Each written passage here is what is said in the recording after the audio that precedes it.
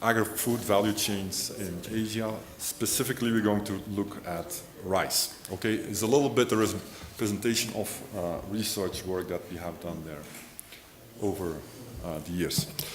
I'm going to explain first with the data that we collected, and then we will go very quickly, briefly, with an overview of the main findings coming from these surveys. So what we did is the following. We did surveys with producers, rural traders, urban traders, and retailers in a number of countries, stacked surveys. We did it in China, India, Vietnam, and Bangladesh. We were focusing on the major rural-urban value chain. So we were trying to figure out the major demand area in the country and then looking how they were actually getting food to these big cities. Okay, so we looked at Dhaka, Delhi, Beijing, and Ho Chi Minh City. We went to very commercial areas, and then we went to areas that were a little bit further out. In total, we have about 4,500 observations in 4 countries, and the surveys were done about 3 years ago. Okay, so that was a setup of the whole study that we did, and then I will run you very briefly, not through any numbers, but just in general, a general overview of the kind of patterns that we see emerging from these studies. We see that there's quite some changes going on. There are a lot of transformations happening at different levels in the value chain. So let's start with the farm segment technology transformation. What we see with these farmers producing rice, widespread use of chemical fertilizer, pesticides, and fungicides. 100% of these farmers are basically using fertilizers. Okay? Almost all of them are using, or 90%, 80% are using pesticides. Okay? Very high use of these modern inputs. There's quite some variation in the use of herbicides. 100% of the farmers in China are using them. In India, it's about 10%. It's often linked with the cost of labor. Okay, so herbicides is actually substituting for the cost of weeding labor. Then we see variation in the commercialization of the seed sector, often linked with the introduction of hybrid rice. Again, very high level of commercialization in China. 100% of the people are actually buying seeds. In India, this goes down to about 20% of the farmers that buy seed. If they don't buy seed, they reuse the seed from their own production. A fourth thing that we see is rapid and generalized diffusion of small farm mechanization. Very important thing is the importance of rental markets. For example, in Bangladesh, 1% of the farmers will actually own a tractor, 93% will be using one. Okay, so they're all renting in tractors to do the tilling of their land. The uptake of this mechanization is often linked with the rise of rural wages. What do we see happening in the milling sector? We see substantial investments in expanding and upgrading of milling equipment, especially so by the larger mills. The larger mills, they invest in more extensive equipment that can polish. They have color sorters. They do double polish. There is increasing grade differentiation going on, and they try to capture the value of the increasing demand in these cities for quality. Okay, and it's especially the bigger mills that are moving in that direction. We will see the smaller mills are moving out of the whole system. Then what do we see concerning the transformation of the marketing conduct at the level of the mill? We see increasingly disintermediation. We see a decline of the village traders. The village trader used to be there in a big way. If you read the literature of the year 70s or 80s, it's all about the village traders. In a lot of cases, in a lot of countries, these guys are disappearing. It's a little bit different over the countries, but their role is becoming less than before.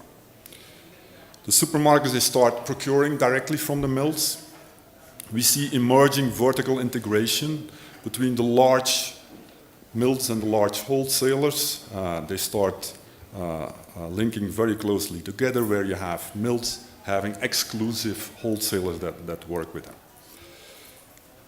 The emergence of branded rice, especially done by the medium and the large mills, also a new thing that is emerging in these markets. If there is no brands, we still see a shift from marketing loose rice to packed rice, where the name of the miller is written on, or the name of the trader is written on the bags. The transformation of these mills is not driven by export markets. The export markets are actually relatively small. They're not important, so it's not those that are driving these changes. And maybe a last point, there was a lot of talk when we started this study about the importance of contract farming with farmers. We didn't find anything like that. There are no contracts in rice production. Transformation in the traders segment. We see a lengthening of the value chain. People are procuring, or traders are procuring the produce from much farther away. Like Beijing, we see the rice coming from 1,500 kilometers away. So this improvement in this infrastructure is leading to really clusters of production of specific products. We see the rice wholesalers in urban cities increasingly buying directly from the medium and the large mills. So there is some kind of upscaling going on, and this intermediation at that level as well. And what we also see is that the price spread for buying and selling paddy and rice is actually very small, seemingly driven by increased competition and denser road networks. Also a very surprising finding compared to the literature of 30, 40 years ago. In the retail segment, very big transformations happening, especially in China, actually. We see increased penetration of the supermarkets that source relatively more from the large mills or from the off-farm rice wholesale companies. The supermarkets, they often go into the business with offering a lot of choice. They seemingly have a two-pronged strategy. They're going to deliver packaged and cheap or loose rice to the lower income consumers. Then they go for high diversity, high quality branded rice for the middle class. In China, we found a little bit everywhere mill branded rice, very present everywhere in supermarkets as well as the regular traditional shops.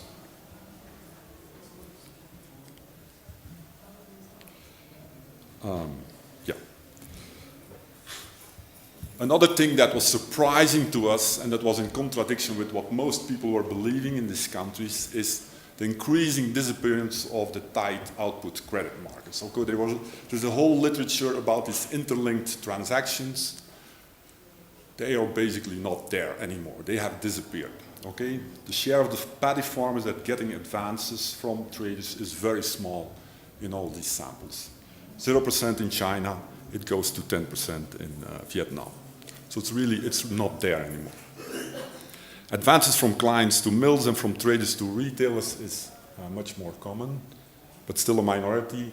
And if the credit was given, it's for a short period, for a couple of days, for a week or something like that. The changes happening in the structure of the value chain. In the farm segment, we see stark heterogeneity between these different farms. We see some kind of emergence of concentrations, but large differences between countries.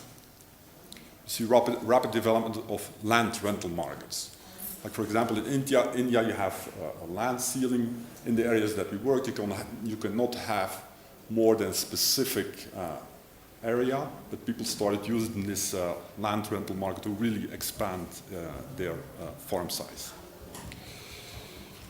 In the mill segment, the share of the small mills is clearly declining over time. In the trader segment, we see an enlargement of the coverage in space, so longer distance trade is becoming more important, clearly. However, there's a little bit of variation over the countries. In the retail segment, clearly what is important is the incipient penetration of supermarkets. In the Delhi market, about 7% at the time of the survey, of about 7% of the rice was sold by supermarkets. In Beijing, it was already 50%, compared to about 0% 10 years earlier, okay? So very rapid growth of these supermarkets. Actually, if you look historically, India and China are the places where supermarkets have been growing fastest. Supermarkets are often selling rice more cheaply already than traditional shops. So they go into these markets really with a good low price. Often the case with these processed products, they're more expensive for fresh produce in general. I'm running out of time. A little bit on the government role. At the farm level, government extension is relatively modest. It's not very important. Government subsidies are often present for inputs, especially fertilizer, but all the distribution of these modern inputs is done by the private sector. So the government has basically moved out of the distribution of these modern inputs. The government in these countries has still a very important role in R&D. At the level of the mills and the trader, there is little role of the government in the milling sector, but the government as a trader has also limited role, except in China and India, where they are pretty important in this rice market. They're buying up rice for their food security stocks. The governments have been very important in these countries to create an enabling environment to create this transformation. Electrification has been very important, and especially the investments in roads and in railways that actually created a better road infrastructure and lower transportation cost. So what do we see in general? We see quite some changes going on, quite some transformation. This value chain is dramatically changing. That's why we're talking about a quiet revolution. What is next? The relative importance of rice in the Asian diets is quickly declining. That will likely continue because of falling income elasticities. The richer you get, the less rice you're going to eat. Because of migration, urbanization is quickly taking off, and in urban areas they actually consume less rice, and because the rice demand is lower for younger consumers. So the whole transformation process might actually intensify, and that transformation might continue for the value chains.